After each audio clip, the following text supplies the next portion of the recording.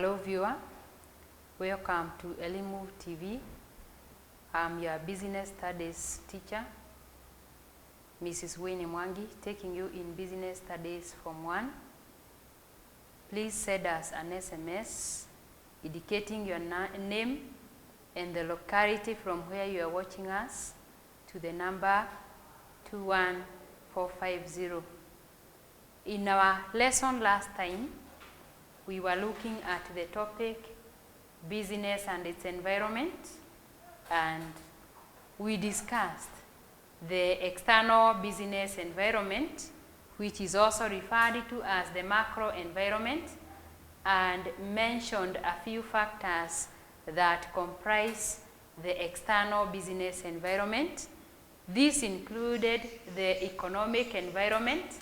We also talked about the demographic environment, the legal political environment, and the technological environment.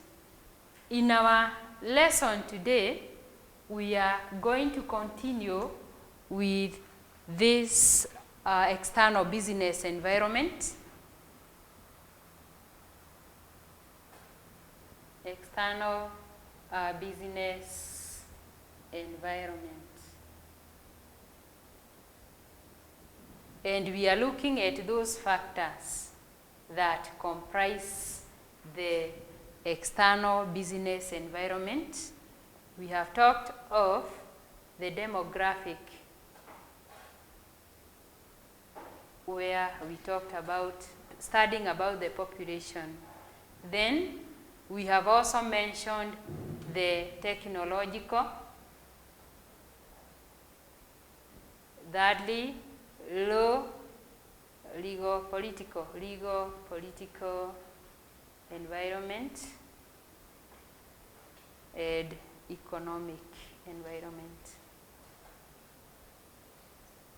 We are going to deal with the fifth factor, which is the socio-cultural environment. And the socio-cultural environment will, first of all, in the study of the socio-cultural environment, you first of all talk about what the culture, socio-cultural environment involves a society and its culture. And we have different societies with different cultures. A culture is that prescribed way of behavior by a people in a given society, and they include the beliefs, norms, values that determine their way of life or that influence their way of life. These are the desires of a society. Different societies have different beliefs, and they also have different ways of life. And these cultural beliefs, cultural norms, values will influence a people's in which they live. Their way of life is influenced very much by their culture. The dressing, the housing is influenced by the cultural beliefs. And in relation to this, we also need to know that the cultural beliefs in a society influence businesses in certain ways. In regard to the commodities that a business is dealing with, you need to study the culture of a society, the society in which you are operating from, and find out if they constitute your customers. Because out of their cultural behavior, cultural beliefs, and even their way of life, they may constitute part of your market or may not. So the cultural practices of a people may either favor your business or it could be unfavorable to your business, depending on whether it allows the consumption of goods that you are dealing with or not. So our business should monitor this cultural environment and be aware of what their cultural practices are. An example, you have a business that is located in an area where the cultural practice is that the population there do not live or construct permanent houses, and therefore you may be investing in a hardware shop. The cultural practices of such a people does not constitute a market. It influences the business negatively in that you may not get a market for your goods, since the cultural practice is that these people do not construct permanent houses. Another example is where a business that may be dealing with the sale of meat. In specific, we can talk of beef. Whereas the community, the cultural practices in this community, it could be that they do not consume beef. So such a business may not do well in such an environment. So that is a negative cultural practice in relation to your business. So as we locate the businesses, we need to look at the socio-cultural beliefs of a people. Now, the other factor that constitutes the external business environment is the competitive environment.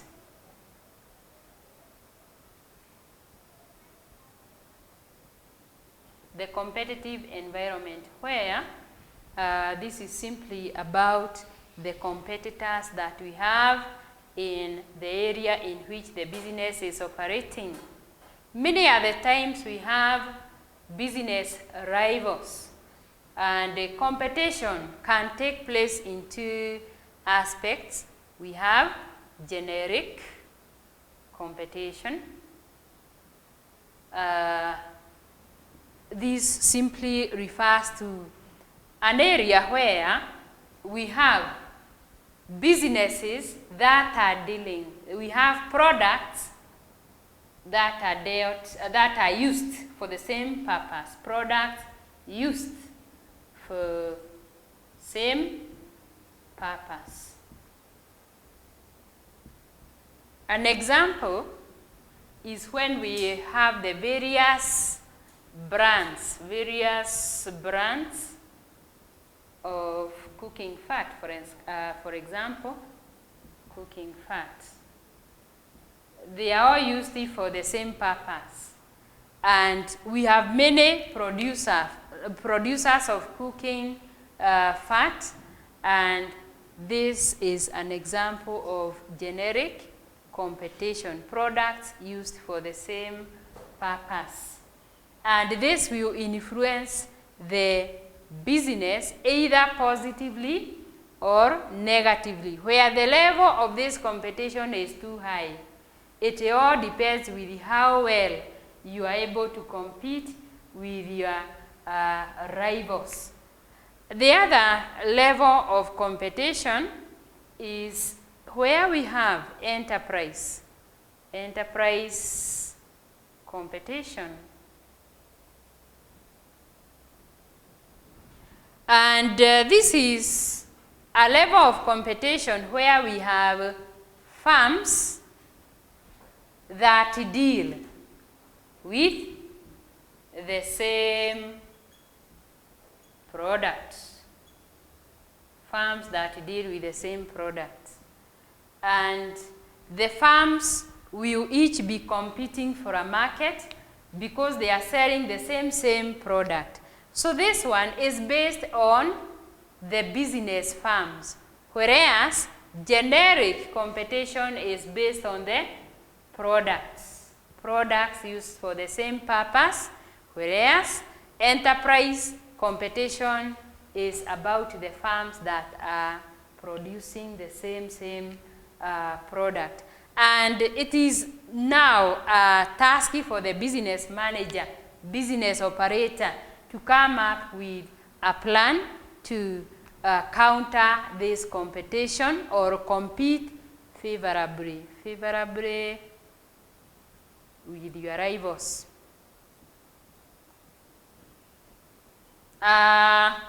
This involves the manager devising tactics that will enable the business survive the levels of competition that we have. You have to come up with the tactics so that you can be able to compete favorably. And this is in order to avoid losing customers. You avoid losing customers by improving your product and according your customers better services or even better quality services than your better quality products than your rivals. The other level of competition is physical. The other factor that compromises the external business environment is the physical environment.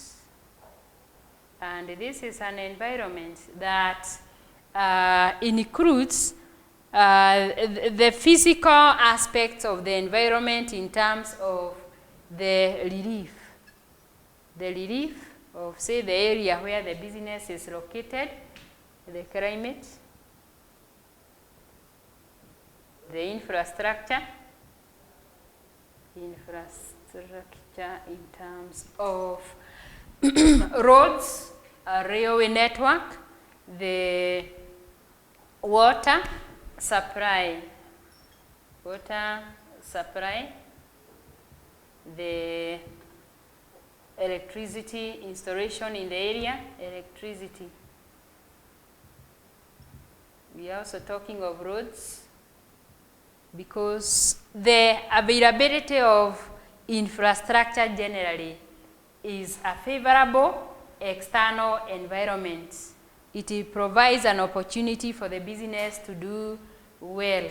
Whereas, if this physical environment does not favor the business will then not do well. So the physical environment may either may influence the business negatively or positively. If it is favorable, the business will do well. If it is not favorable, the business may not flourish. Then we have the natural environment. And the natural environment has to do with resources. The resources are provided by nature. And we have businesses that depend on these natural resources for their production activities to go on. Much of their production activities depend on the natural environment. For instance, any business that is agri-based businesses rely on this natural environment for the supply of rainfall, fertile soils on which they can cultivate. and therefore this natural environment may favor or not favor their businesses.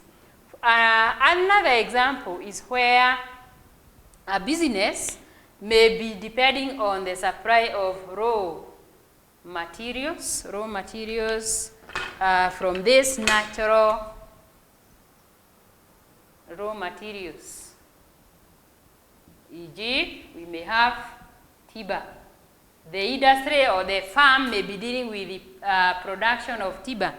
And we need to see that we conservation. As a business, you need to take care of the environment by way of conserving the natural environment. In other situations, we have businesses that depend on water. And water is very much influenced by the availability of a catchment area for water. This means we conserve our trees, conserve forests. Lack of water may mean that the business may stop production because they need the water supply in order for them to carry out production. Our dear viewer, in our lesson today, we have discussed the various factors that comprise the external business environment. We have mentioned economical environment, the demographic environment, technological environment, social environment, the natural environment, competition, the technological environment. Now, we may ask ourselves, or we may be asked to list or outline 5 factors that comprise the external business environment. And I think from our coverage, you can be able to answer that question without difficulties. That brings us to the end of our lesson today.